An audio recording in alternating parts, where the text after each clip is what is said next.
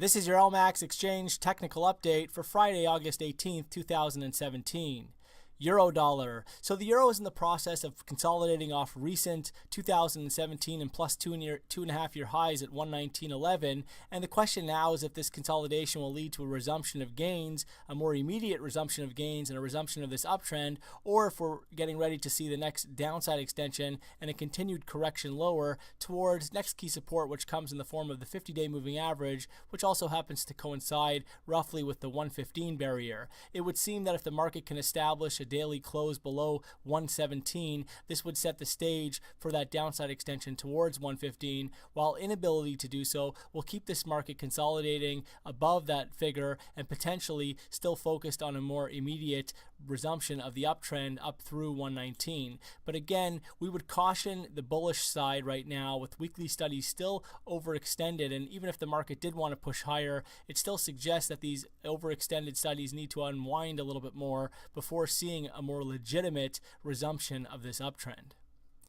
Sterling dollar. So cable has pulled back over the past several days with the market now trading in the 128, but there does seem to be more room for setbacks to extend towards a previous critical resistance area at 127.75. That was the previous range high from earlier this year that had defined the top of a range going back to 2016. And so we can see and we could see a breakdown towards the 127s before the market starts to think about basing out again and pushing higher. The overall outlook here is more constructive on a medium to longer term basis following the break above 127.75 earlier this year. But again, there is room for short term setbacks before the market wants to push higher again up towards fresh highs and towards that next measured move psychological barrier at 135.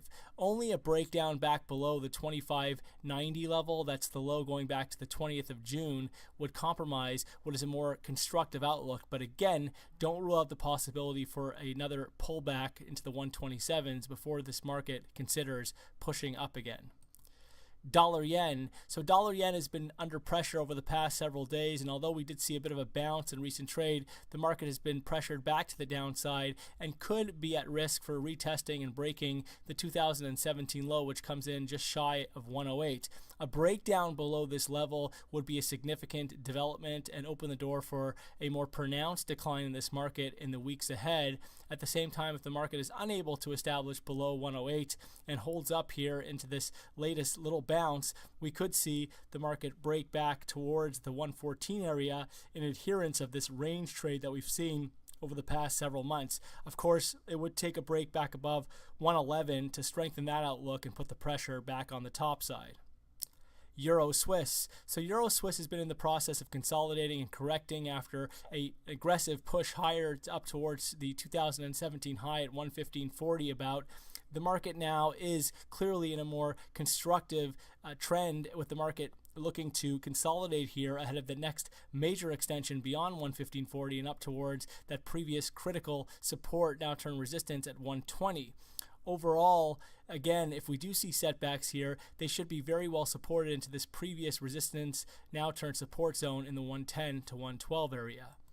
Aussie dollar. So Aussie has been in the process of bouncing over the past few sessions, but the rally has been very well capped ahead of 80, and there is risk for a lower top here ahead of a continuation of declines below 78 and taking the market down towards the 75 area potentially.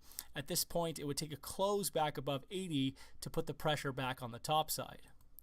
Dollar CAD. So dollar CAD has seen a nice rebound off that 2017 and plus 2-year low just ahead of 124 over the past several days, and the market is still showing room for additional corrective upside. A break back above 127.80 would strengthen that outlook and accelerate gains towards the 129.40 38.2 fib retracement off the 2017 high to low move, 130 psychological barrier area. At this point, only back below 125 would put the pressure back on the downside. Kiwi dollar. So the New Zealand dollar has pulled back quite a bit from since putting in that 2017 and plus 2-year high above 75. And at this point, the market is showing still greater risk for, or potential risk for, a greater downside extension below 72, which could open the door for a move back towards the range lows over the past several months, down below 70 in the 68 area. Look for any rallies here to be very well capped ahead of 74 now, with only a break back above that figure to compromise the current downside pressure. SPX 500. The S&P 500 has been showing signs of stalling out over the past several days. The market most recently took out the previous weekly low around 24.30, and this does potentially set the stage for the next major downside extension. We would need to see a break below 2400, however, to confirm or strengthen the bearish outlook and potentially set up a more significant bearish structural shift. And until we see that break below 2400, the market continues to be capable of rallying into these dips in favor of a continued uptrend and fresh record high. And so despite this latest pullback, which does potentially warn of a breakdown below 2400, we would need to see a break and close below 2400 to suggest that this market is putting in that bearish structural shift. Gold. So gold continues to be very well supported on dips, and the market could be poised for the next major upside extension here if it can establish back above 1300, and that would open the door for a retest of the 2016 peak at 1375 further up. Only back below 1200 ultimately would compromise what is now a constructive outlook for gold.